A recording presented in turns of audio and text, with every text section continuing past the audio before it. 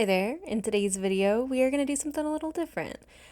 I'm going to be showing you how to sew different types of pieces on your Amigurumi projects, and along the way, I figured we could chit and chat about some of the patterns that I'm going to be updating this year, including this one, which is my baby dragon pattern. This is a prototype, and I want to discuss a couple of things and get your thoughts. So let's get right into it.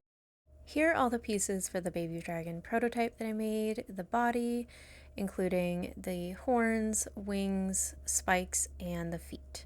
This is a very simple design. It is one of the ones that I wanted to be a more beginner-friendly pattern, but because it does have several pieces that get sewn on, I thought it would be a great example to show different types of sewing methods. Now, one big tip I have right off the bat is to pin all of your pieces in place before you start sewing anything. And in order to pin your pieces properly, you need to know where to put them. For this prototype, because I'm still kind of tweaking the design, I didn't want to waste safety eyes on this, so I'm using my tapestry needle to kind of get a level spot for where the eyes might go. And I'm going to use just sewing pins to kind of mark their place, and the eyes will help me determine the center line of the project and keep everything symmetrical. And if you're wondering, I do use this really long tapestry needle that I got at Michael's. I absolutely love it, even though it is kind of unnecessarily long for some projects. But now that we have the eyes in place, I'm going to start by pinning down the spikes.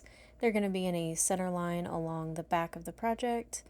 So I'm just kind of holding it in place and putting 2 pins in and then checking to see if it's centered with the eyes. And I do need to adjust it slightly. So this step may take a while, especially depending on if you have a lot of pieces and things need to line up properly. But if you take your time now, sewing everything later will be so much easier because you'll already have your placements down for everything. While I get this all pinned, I'm curious what your thoughts are on the colors for this project. I had originally picked the blue because it was, honestly, I need to order more yarn, and the blue is one of the only skeins I had left with enough yarn to make it, but I'm just not loving it for this project. I think I need to pick a lighter color, which means I need to order some yarn. So what colors do you think the dragon would look good in? Um, Different combinations. I'm even really tempted to do another ombre thing, but that would definitely make this pattern not as beginner friendly. So possibly I should stick to just one color for the body and then have a different color for the horns and the spikes. Share your color ideas in the comments below. Now we're going to start by sewing the wings to the body. In other words, a flat piece to a closed piece. This is the easiest one to get started with, especially because we're just going to be attaching a very small part of the wing to the actual body.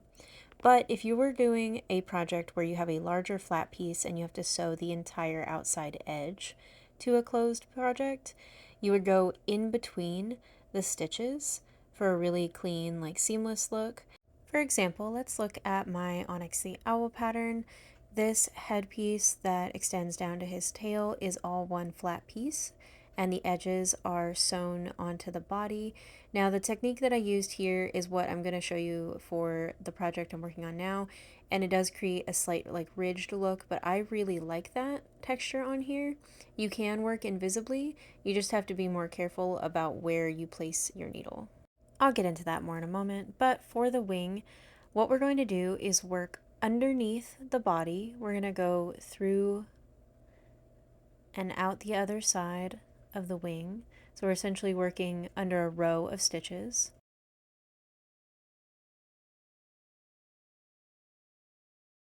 Then we'll go back through the side of the wing this time.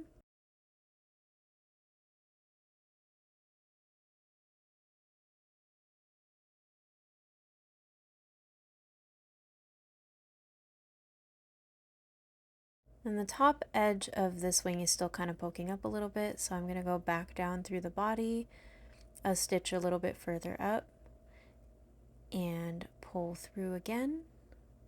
And this should help secure that point. And then I've got one more spot I'm going to go through, like part of where the actual wing is.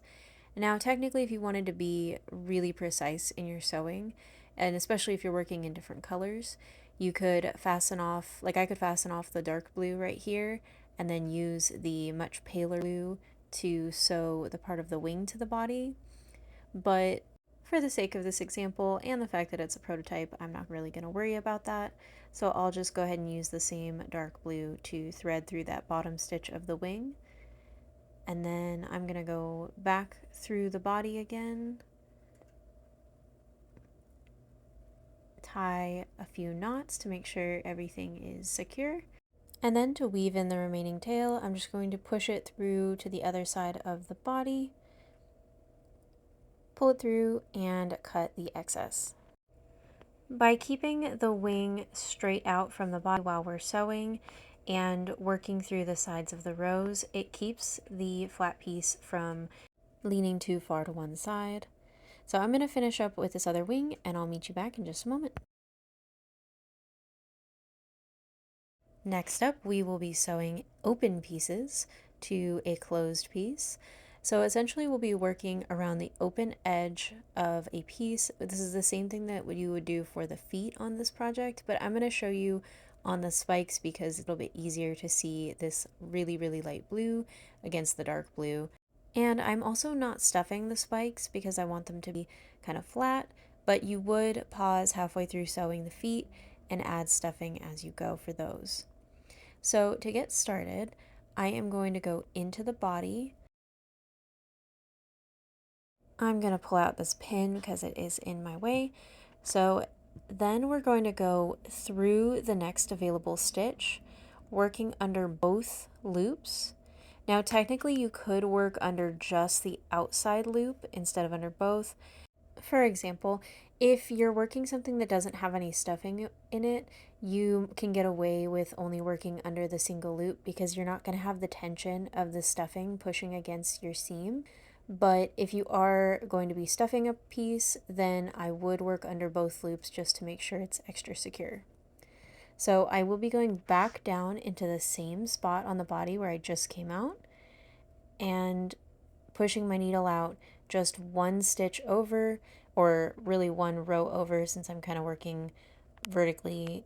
And I'll pull through, making sure to tighten. Remember, as you're sewing, depending on the yarn you're using, you may need to be careful.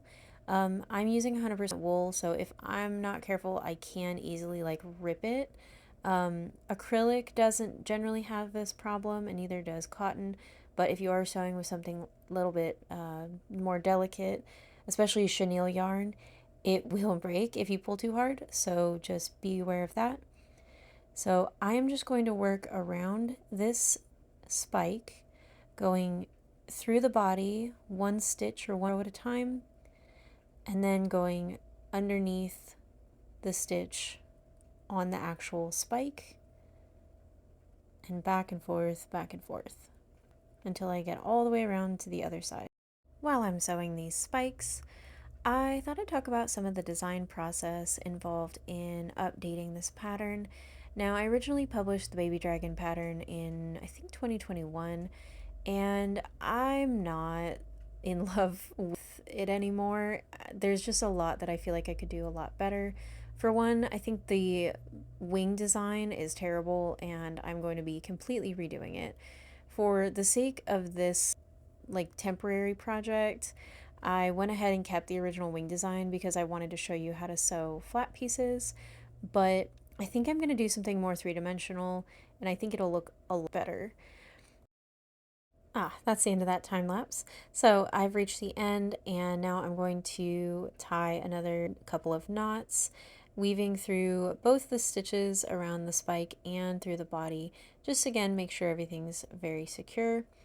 And then once again, to weave in the remaining tail, I'm going to just push it through the body and cut off the excess. I'm going to finish sewing on these last two spikes, and then I will meet you back here to show you how to sew closed pieces onto closed pieces. Before I get started showing you how to sew this part, I do want to mention that normally I wouldn't make these closed pieces. I'd make them open. I think they're a little bit easier to deal with that way, but I wanted them for the sake of this tutorial. So this version probably will not end up in the pattern once it's updated. But what I've done here is started with a magic ring and then used back loops to create like a definite change in direction to make these horns look a little spikier. But the unworked front loops actually give us a really good opportunity to have clear stitches to sew into and connect to the body. Now, if you don't have something like this to work into these loops, you can work in between the stitches. For example, if you were sewing a leg to the side of a body, instead of working these stitches, you're going to go between like this, or you go between vertically. I don't recommend splitting your stitches. That's actually why I use a blunt tapestry needle as opposed to a sharp one when I sew. Working in between is going to give you a much cleaner look. All that being said, I'm going to go into the body, similar to how we did with these spikes, and then into the first unworked front loop that's available.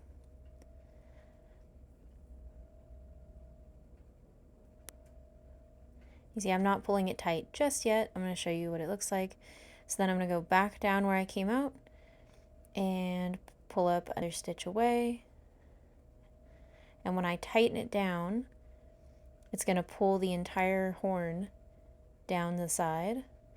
And this may look wonky until you're completely done sewing, because there's no like good flat edge to work against, but I promise it'll all work out.